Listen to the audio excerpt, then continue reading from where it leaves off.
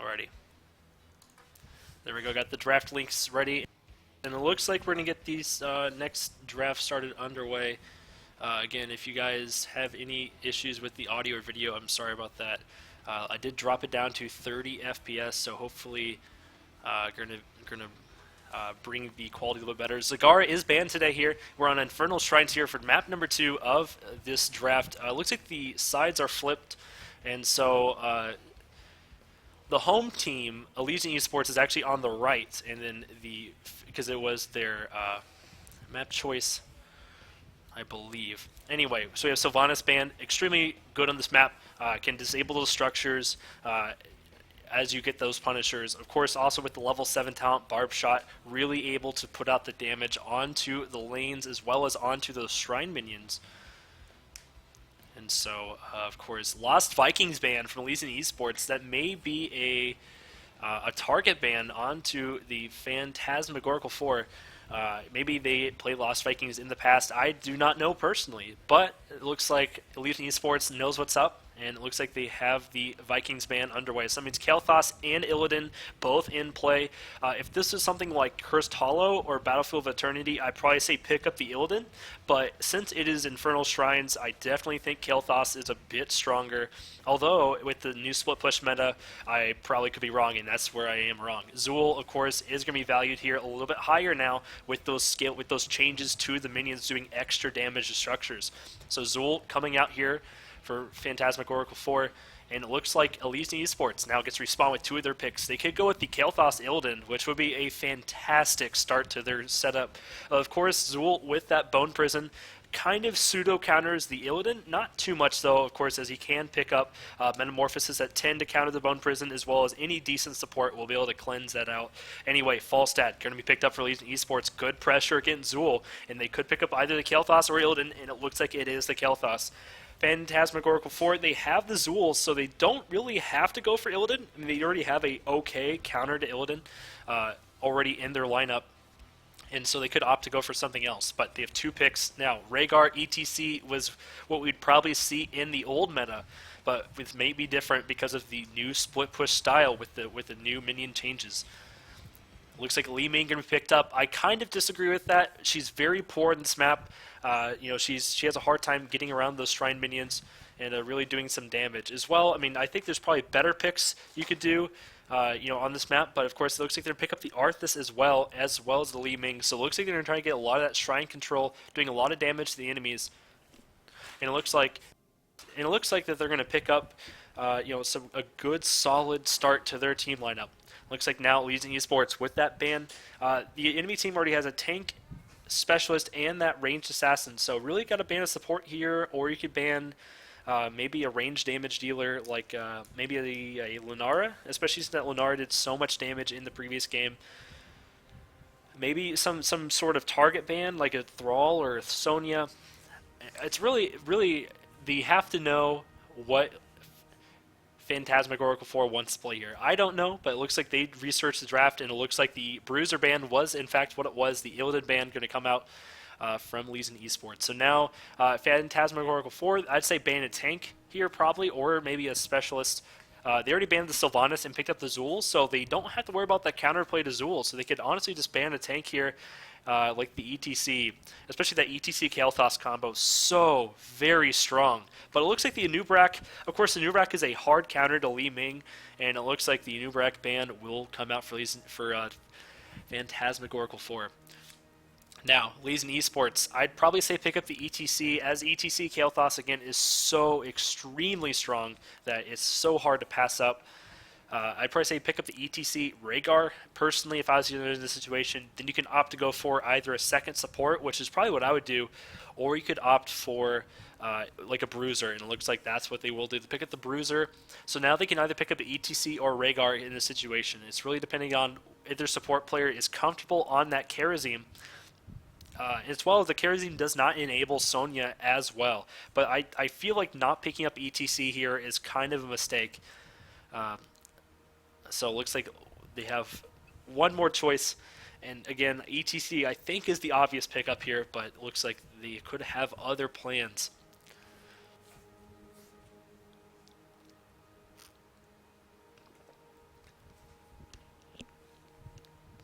going deep into the time pool. The Brightwing, I mean, the thing is, the new split push meta, the new Brightwing is really good. So here's the changes of Brightwing. Her phase shift build was really heavily nerfed, and you don't take it anymore. You take the Mystified build, getting a lot of spread healing, and Malfurion. This is a interesting draft. And the Chromie. Wow, Chromie. So it looks like they're going with the zoning style. They're going to use the Zool, Li Ming, and Arthas just to try to, and the Chromie. Double mage here from Phantasmagorical 4. It looks like they're going to try to just poke out Elysian eSports with that kind of burst-heavy comp that needs to be close. Of course, they have the Kael'thas and the Sonya, which need to be close, and then Arthas says, hey man, just chill out, dude. And then Chromie, Malfurion, and Li Ming just rain their artillery onto the side of Elysian eSports. Honestly, with Elysian eSports here, it's going to be hard to eat through all that artillery. You need to have somebody that can dive into the back line. You can see an ETC, but it wouldn't be as strong here. Maybe like a Muradin, try to survive, through that damage, and also have that self-heal. The only problem about the side of Elysian eSports is that they do have the Brightwing, which again, that passive healing is now where most of her healing comes from. Instead of using that phase shift build to try to enable the Bruiser, Brightwing now should go for the Diablo. I'm not sure. I don't think I like the Diablo. The issue with Diablo is that he has a hard time staying alive by himself. Sorry. It looks like the Diablo's going to have a hard time staying alive by himself.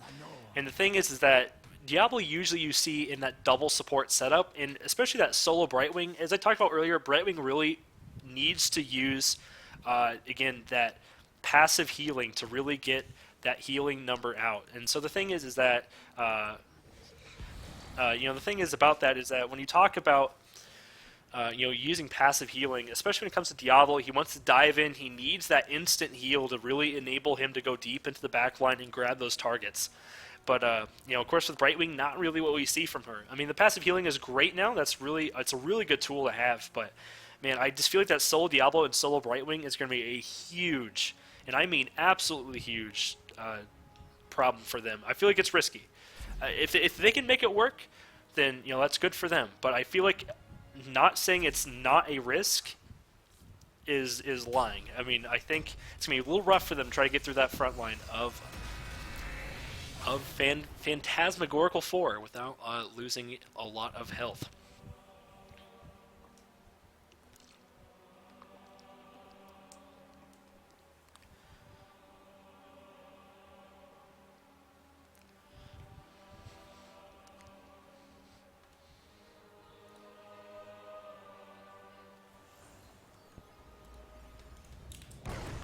Alrighty guys, welcome to map number 2 here of this playoffs.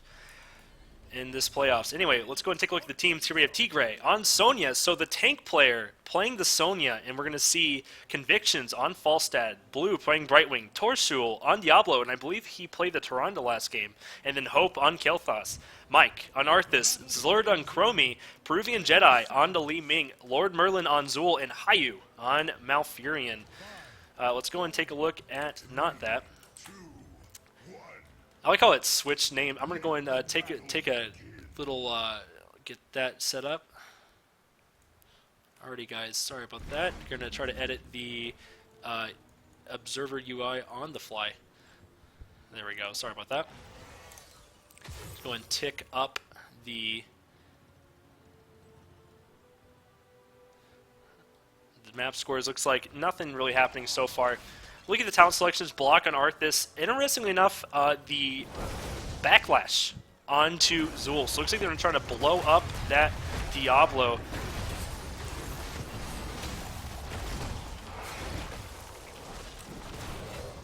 And it looks like Torshul taking quite a bit of damage, but the passive healing of Brightwing is really going to help her here. She does about 25% more healing than she did before, and that's going to really give her a lot of value in these fights. Hope already on that kit. See, look how much that was in that one tick. You can tell how much health that really is. It's a significant amount of health, which is a huge thing to have. Anyway, looking again, look at that huge damage coming out from Zlurd. He was the MVP of Phantasmagorical 4 last game, and it looks like And it looks like that's going to be the same thing as well. And it looks like now looking towards bottom lane, Tigray, you're going to get out of that no problem. And now looking towards the mid lane, we're going to see, again, just trying to get that soak here in the early game. Zool using that rotation. And it looks like it's very interesting what Phantasmagorical 4 are doing here. They're not rotating with Zool as much as kind of guarding him. You see how they're positioned. Look at Mike. Look at this positioning he's taking. He's going very far out, making sure that he's not his boy Lord Merlin is not going to get ganked here. Although he did just kind of face check into that Diablo, which is a little interesting. But it looks like Lord Merlin, again, doing as much as he can. No Trigal's Essence just yet, but look at that new healing fountain. Take a look at that healing. You can tell on his mana. That is an insane amount of mana just from that. As I say that, though, Mike on that Arthas, the backlash from Lord Merlin is going to do quite a bit of damage to Torshul. Not going to matter, though, as the Malfurion will go down. Torshul, 37 health, will make it out. And it looks like it will be a 1-for-0 trade here as the first shrine pops up onto the map. 4 versus 4 talent tier. The Fire Devil on Diablo is going to do a ton of damage onto the shrine. Tigray in a bad position here. Zlurd not falling up on that Bone Prison. Wow, Hope on that kill thoughts will go down. And Tigray going to go down as well. Arthas, 2-for-1 trade here for the side of Phantasmagorical 4. As I say that, though, Lord Merlin definitely in bad position. Man, that Chromie chunking the side of Elysian eSports so very hard. Looking at the hero damage, 12,000 hero damage already on the side of Chromie. Zlurd on his hero this game and the previous game, really doing some hard work with that hero. He's definitely been, I'd say, the MVP of the previous game, and it looks like he's trying to show himself off as the MVP of this one himself. He played the Lunara. Balrog. It looks like Balrog. Anyway, we're going to see Mike trying to get some damage in, though. The Arthas, so not very survivable, especially with Malfurion not having those upgraded heals just yet. Only has the Sonya will go down. Mike, though, may go down for the kill onto Hope. Nope, looks like Hope not gonna die here. And it looks like it will be a 1-for-1 trade. This is so many kills. 4 kills versus 3 in favor of Elysian eSports already. It looks like they are making that Diablo work, and it looks like they're doing it well. Although, to be fair, we do see a huge Shrine minion lead on the side of Phantasmagorical 4. It looks like they will take the first Shrine.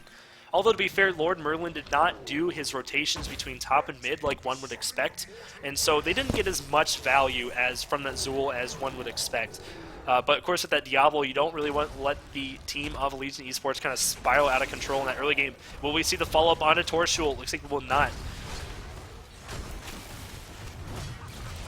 It looks like the first Punisher being summoned. Nothing too crazy here. 3 people towards the bot lane, 1 person in each other lane, trying to grab those extra experience. Torshul and that Diablo will go down. Not enough souls. Go and take a look at how many souls he has real quick. There we go. Nope, I messed it up, guys. Sorry about that. Anyway, if I could actually work my observer, I'd probably be a lot better caster. But it looks like the first fort will go down without even a Lunara or Sylvanas, which is a huge deal. We'll take a look at the hero damage real quick. 17,000 hero damage onto Chromie. And I say that Tigray getting rooted into Root Chromie. Oh my god, dude, that is so much damage. 18,000 damage already. She did take the Dragon's Eye, which I normally highly dislike. I normally dislike this talent onto Chromie. But the thing is that with the roots between Arthas, Malfurion, and the Zool, I see no reason why he won't get tons of value out of that talent. It's a good situational pickup. Wow, Kill Thought's getting completely melted there. Another kill here from Zlurd. Again, looking so very strong on that Chromie. And I want to talk about another talent choice here where you see the Temporal Loop for Chromie, which I normally dislike the Temporal Loop because of the how easily it's able to be cleansed. Again, it's a 70-second cooldown. You trade it for a 60-second non-heroic cooldown. I don't understand why, and it looks like, as I say that, Torshul going to go down. Yep. But normally, I would say, man, Temporal Loop gets cleansed so easily that, man, it's just not worth the talent pick. I'd rather see the Slowing Sands. But what healer do we have on the side of Elysian eSports? That's right, we see the Brightwing. And so the Brightwing is going to have a hard time doing that as there's no cleanse available. Even though the Brightwing build was changed, and this is not the standard talent. Actually, they may be on the old patch, as that still says 548 point shield instead of 400. But But the thing is that new Brightwing build usually do not see, you know, that talent anymore. Usually we see a different build on the Brightwing. So no cleanse available, and that temporal loop's going to get max value. So that's something to keep in mind here. And it looks like they're going to steal this Bruiser Camp 8 versus 11 on the levels. Torchul on that Diablo getting chunked to half without even really doing anything. Zlord on that Chromie, man, just doing so much damage. Going to go in for another hit. Going to miss, though. Take a look at his quest right now where you have him about 2/3, maybe 3/4 away on that completion of the Deep Breathing. Oh, here comes the Temporal Loop. As I say that, Tigray getting rooted right after it. Mike with the follow-up, and he will secure the kill. Good stuff here to the side of Phantasmagorical 4. And it looks like they will try to pick up this next shrine. It looks like they're going to try to assault the fort just a bit. Again, they have level 10 and no level 10 available on the side of Elysian eSports. And so it's going to be a very advantageous situation for them for sure. Mike on that Arthas. They're going to easily be able to clear these minions really well as we see them towards the top lane here, getting some damage onto this fort. Looking at the talent selections here for level 10 on the side of Elysian eSports, Blink Heal from the I missed the Zool kill. Excuse me, guys. I was looking at too busy thinking about the new Brightwing. And it looks like it is the new Brightwing. The shield was nerfed from about 548 at level 0 to I think 400 level 0. So this is the new Brightwing, and they still chose to take the shield talent. So that's a little interesting. As well, the Wrath of the Berserker, Apocalypse for Diablo, and as we do see the Mighty Gust and Phoenix. No surprises except for maybe the APOC. Usually a solo Diablo, we have the Lightning Breath. Usually gets a lot more value. Torchul, though, going to go for the APOC. Yes, he will. And it looks like it will stun the Arthas. Hope and Conviction is taking a lot of damage from Zlurd. Twilight Dream from the Malfurion. Wow. Twilight Dream, ladies and gentlemen. The dream is real. And it looks like Zlurd is not going to be real for too much longer. Temporal Loop on a Conviction. He may be able to secure that kill. Good flip on Torchul, though. Possibly saving his teammate for just a few moments, but nope. Looks like he will die as well. Enough souls to res, and so that's no problem at all. As well, they do see the summon Syndragosa, so extra value on Arthas when they do achieve that. The Punisher. Blue towards the top lane. No Blink Heal target to get out of there. Wow. Peruvian Jedi doing a big chunk of damage. Even though he has been having a solid game, man, it's too hard to disregard that Chromie damage. 34,000 hero damage with the next highest on the side of Elysian eSports at that 12,000 being their tank Diablo. And he did take the Soul Steal, which is normally not a great talent, but with that solo tank, you really need to get as much survivability as you can.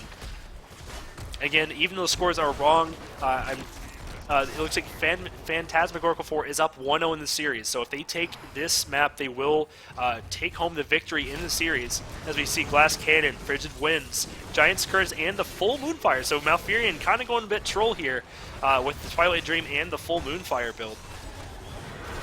Most likely Zool getting chunked down. Lord Merlin going to go down to 300 HP. Hayu going to probably give him a heal. There he is. Torchul on the Diablo. Going to go down. No big deal as well. He's going to die a lot in that Diablo, especially that solo Brightwing healer. Temporal Loop on to Hope. Is he going to die? Oh my Jesus. That was 3/4 life, man. That was crazy. Zlurd on that Chromie is just playing the game of his life, man. He is just completely destroying the side of Elysian eSports, and this may be game. The Mighty Gust going to come out, going to delay them. I'd say just back off now. It looks like they're taking a lot of damage onto this, and they have most of the side of Elysian eSports up, but it looks like they will go for it. Apocalypse coming down. It's going to be the Poison Nova getting interrupted. Torchul on Diablo. Twilight Dream coming out. Lord Merlin, 75 HP, and it looks like he will survive. They could go for core here, already getting hit points onto the core, and there's the Poison Nova that was interrupted earlier. And it looks like they will, in fact, take the game. It looks like it will be the 2-0 in the series here for Phantasmagorical 4 against Elysian eSports. And there you go, guys. Thank you for watching, and that is GG. Red team is victorious.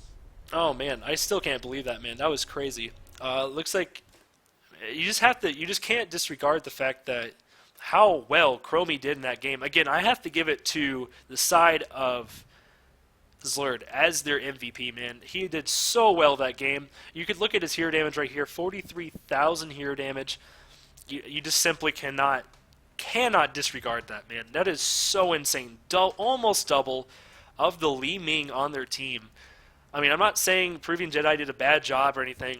I'm not saying that by any means, but they perfectly set this up. The Arthas, Zul, and Malfurion worked close tabs together, and then really enabled that Chromie. Again, usually we do not see the Dragon's Eye on Chromie. Usually we can't see that much of a risk. Usually the Mobius Loop is the go-to pick on that talent tier, and instead they picked the Dragon's Eye, which again I normally disagree with, but since they set her up so very well between the roots on 3 of the heroes, she got some insane value out of that talent. Again, 43,000 hero damage, not even close to contested by anybody else in the entire server, and so that's something to keep in mind here as well, man. Tigray on that Sonya. Something to keep in mind here is that they have this swap between these two heroes. Torshul on Diablo, I believe he played the Tyrande if I'm not mistaken, and then Tigray moving over to that to the Sonya. And as well, I think that Solo Diablo was a mistake. I don't know if that lost in the game or anything, but the Solo Brightwing plus the Solo Diablo really hurts you as in terms of in terms of survivability. Brightwing, I mean, I can't say that he did a bad job or anything. He actually out-healed the Malfurion, but again, how much of that was actual healing and how much that was just, passive healing while they're, taking a camp or, clearing a minion wave or whatever it may be. So, I mean, maybe it was 32,000 healing, but probably was not as much as it, as it kind of leads yourself to believe. As well as you look at the experience numbers, I mean, it's going to change because of the amount of takedowns we had on the side of Phantasmagorical 4, but man, again, I just think Zlurd can't be said enough for him. He played a fantastic Lunara in the first game, having an insane impact on the game. And then you look at him here in the second map, and he just simply destroyed the side. It looks like and also what I like about the side of Phantasmagorical 4 is that they enable the Chromie. They didn't just pick Chromie and then just say, okay, we picked her. Hopefully Zerd gets it done, and we'll move on from there. They built their comp specifically for that Chromie, and then they put him on the hero that could make the difference, and it looks like in the end it really, really did help. I mean, Zul with the backlash getting, again, massive value onto Diablo. You look at his hero damage, 17,000. Still nothing crazy. I mean, you see him kind of competing with the Arthas and the Li Ming, but still nothing close to that hero damage we saw from Chromie. Anyway, guys, that's really my analysis of that game. Thank you all for watching this Division 2 Cheer League playoffs between Elysian eSports and the Phantasmagorical 4. I hope to cast some more, but I haven't really casted a lot because of the Cheer League off-season. Obviously kind of puts a wrench in terms of my scheduling on casting. But it was fun. I got this last minute, and it was a ton of fun. But hopefully we'll see Phantasmagorical 4 do well in the next round, as I don't see why they wouldn't. They're all very good players. As you saw there in the lobby, they're all Grandmaster players. I think every single person on the side of the red team were Grandmaster levels. So, I mean, I see no reason why they shouldn't do very well in these upcoming rounds. Anyway, guys, thanks for watching, and until then,